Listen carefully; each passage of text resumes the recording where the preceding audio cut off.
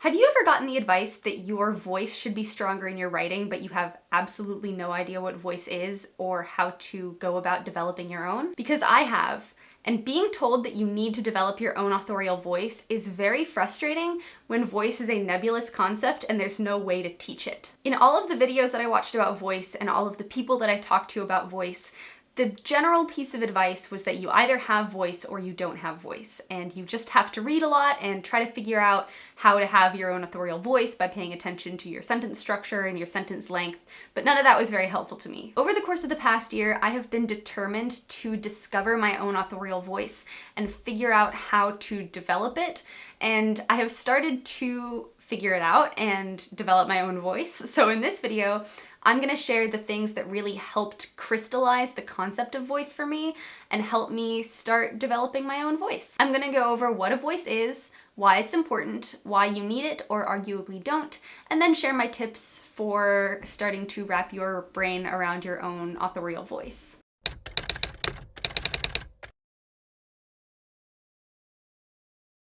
Your author voice is the combination of a bunch of different things. It's a combination of things like your style, the language you use, your tone, your point of view, your outlook on the world, your sentence structure, your ideal sentence length, your different little quirks that you use while you're writing, with things like your personality, sense of humor, and general view on the world. It's what makes your writing feel like your writing. So I'm gonna compare two authors as an example, and you are gonna listen very carefully and pay attention to what makes these two pieces of writing different. Aside from the fact that they're about completely different things. I'll tell you who the authors are after.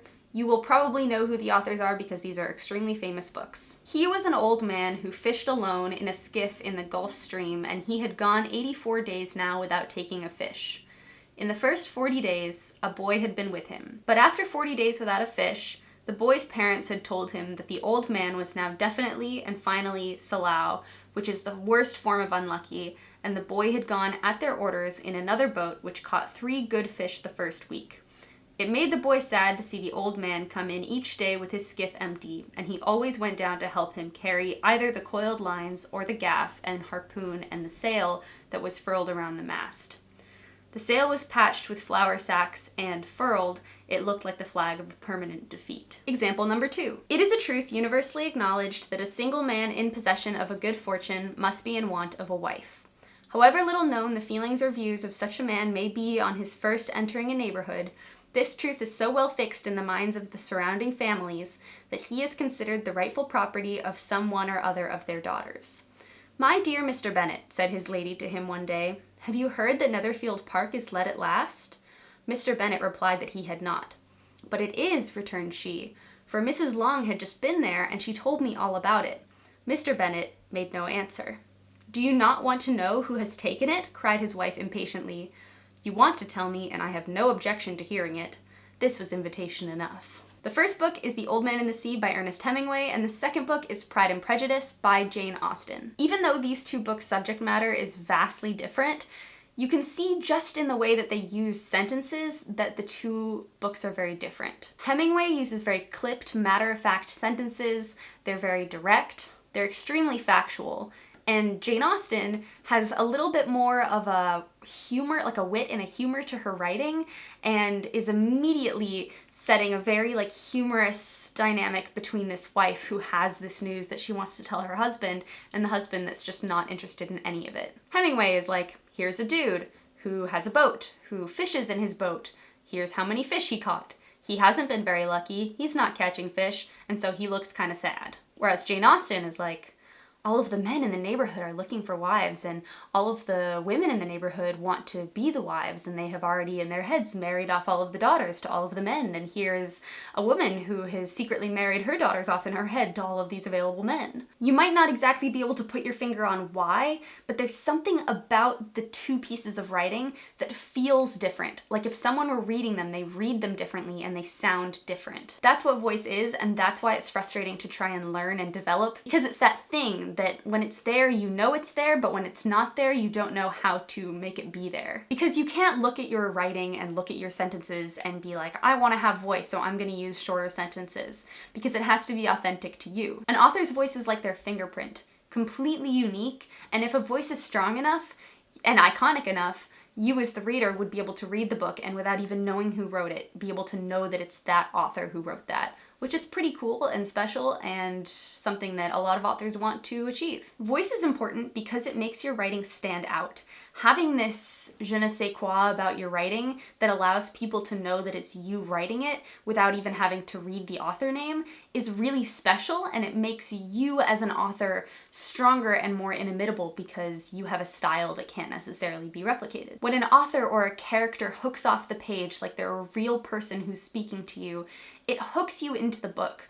I don't know if you've ever read a book that has a strong voice like this, but whenever I read a book that is very voicey, as long as I connect with the voice, it pulls me in very quickly. It's something that a lot of agents and editors look at as a sign of sophistication when a manuscript has really strong voice. It makes you stand out in their pool of submissions. This being said, you don't actually need voice in order to have a successful career and be able to write successful books. Voice is really great in making your story come to life and making the readers feel like they're listening to a story being told by a real person, but it also has some cons. If a book is really, has a very strong voice that a reader doesn't connect to, maybe they have a very strong sense of humor and that doesn't necessarily work for the reader, it could push that reader away, it could make them not get hooked into the story. Certain voices can also not fit certain genres. If you have a more Ernest Hemingway voice and want to write sweet contemporary romance, that might not be the best fit because you want to have a little bit more of a wistful, romantic, cheeky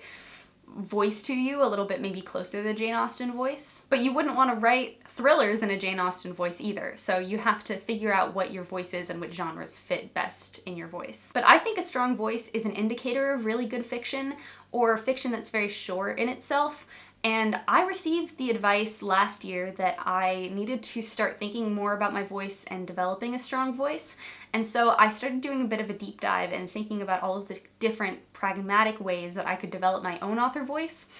And the first thing that I discovered in this journey was that because I write first-person present point of view fiction right now, my current series is in first-person present tense point of view, every single point of view character has their own individual voice.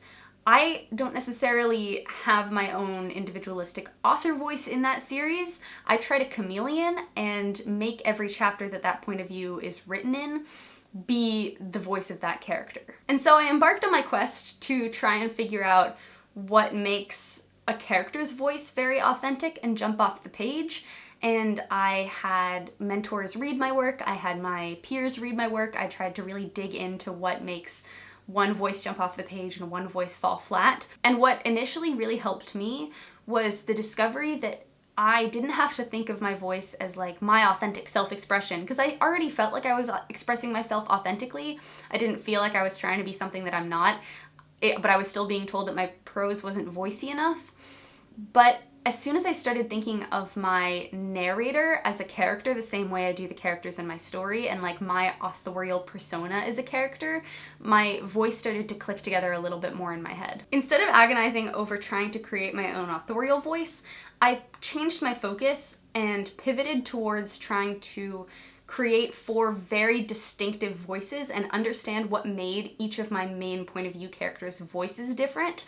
And that process unlocked something in my brain that clarified voice in a way that nothing I'd ever heard of before had. And this is the biggest piece of advice that I can give you, which is that in order to write a believable and authentic character voice, you need to be able to hear that character in your head. I worked with an author mentor last year, and I sent her maybe a page of narration from each of my main 4 narrating characters in my book. I had thought that they all had different voices. I had done the character monologue thing, I'd made lists of words that certain characters used and didn't use, and to me they all had distinct voices, but she read through them and she was like, none of the characters really jump off the page at me except for this one. And that one character was this character named Jonah, who I have in my series, whose voice just always really, he had always spoken to me as a character. I could just picture him really clearly. I knew exactly who he was inside his head, and he had a very unique way of speaking that just poured out of me onto the page. And she told me that he was the character that came to life, whereas the previous 3 characters seemed a little bit forced. Like I was doing all the character monologues and I was trying too hard to differentiate them. And she asked me what I did differently when creating Jonah's character compared to the previous 3 characters that I'd had her read. And I had realized that the only thing that was different about Jonah compared to the other 3 was that when I was writing, I just knew what he was gonna say, and I didn't necessarily know what the others would say or how they would say them. Like I would always have to go back and edit the others to fit their voice, but even when I was drafting Jonah's voice, it just came out because I knew that that's how he would say it. Instead of making lists of different speech quirks that a character could have, I started watching YouTube videos of characters from TV shows that had very specific voices in my head, and I called them like comp characters to each of my point of view characters as a way to like train myself to write in different voices. And I would start writing my scenes thinking about these comp characters that I knew really well from TV shows that I loved, and I'd ask myself every sentence, I'd be like, okay, how would this character say this? And I would change my writing style to try to capture that character as I was writing this chapter. It would take me a really long time. This is not something that I recommend doing while drafting. It's something that I recommend doing while maybe writing a second draft or rewriting the book. But this really forced me to confront each of my character voices and dig into what made them all different and be able to hear them, because until I was able to hear them in my internal ear, like until I could hear them in my head and until I could be like, no, this character wouldn't say it like this, they would use this word or they would use this turn of phrase, then I couldn't write it in the book. This is the only like practical exercise I've ever found to help learn voice. So if you want to start wrapping your brain around what the concept of voice is, especially character voice and first person characters, I would definitely try this comparison character tactic. It has helped me a lot and has helped me not just understand what voice is better, but also learn how to implement it. It has taught me that there are no shortcuts and that you can't fake voices. You either have your voice there or you don't. I don't write in third person, so this advice primarily applies to character voices when you're writing character point of views in first person. But when I learn to write in third person in a future series of mine, I will happily speak to developing that kind of authorial voice in third person. But I would recommend playing around with creating an author persona for yourself, almost having an author persona character with a specific narrating voice. Because then you can look at other authors, you can think of different storytellers, characters from movies, and think about the way that they would tell stories and feel which ones resonate with you, and use that as a guidepost for starting to develop your own voice. Like the character voices that I now have in my books, they may have been inspired by these different comparison characters that I'd created before, but they have evolved into their own individual characters. They are their own people. They have to be. Like, I can't write exactly in that character's voice because I don't mimic anything that well. They were just an initial guide for me to kind of help me along the way, and then I developed it for myself. If you play around with your author voice the same way, you might be surprised about how... If you play around with your author voice the same way, you might be surprised at how things just start to click together into a voice for you. And I would be remiss if I also didn't give you the very classic standard but very real advice, which is to read a lot and write a lot. Reading helps a ton. I like to listen to audiobooks because that helps to train my internal ear as to the rhythm of scenes, the rhythm of prose, the rhythm of books. And then when I go to write, because I am narrating everything as I'm writing in my own head, I can start to feel intrinsically whether that feels like the right pace of a scene or the pace of a book, or if that fits the sort of voice that I like writing in. And writing a lot helps. If I thought about voice when I first started writing my first book at 13, there's no chance I would have ever finished that book. But now I'm on my sixth book, wow. And I'm starting to get an initial handle on what voice is. I'm not an expert. I don't have a very distinctive authorial voice yet, but I understand what it is and I'm moving in that direction. And because now I'm conscious of things that I do and ways that I like to write, I am going to start developing my own style as I continue onward in this career. And now I understand what voice is. All of my characters have very clear voices. So even though, I'm not really sure of my own authorial voice yet, their point of views jump off the page to me. They feel like real teenagers narrating this series, which is what I wanted when I wrote the book. I wanted them to feel like authentic 16-year-olds.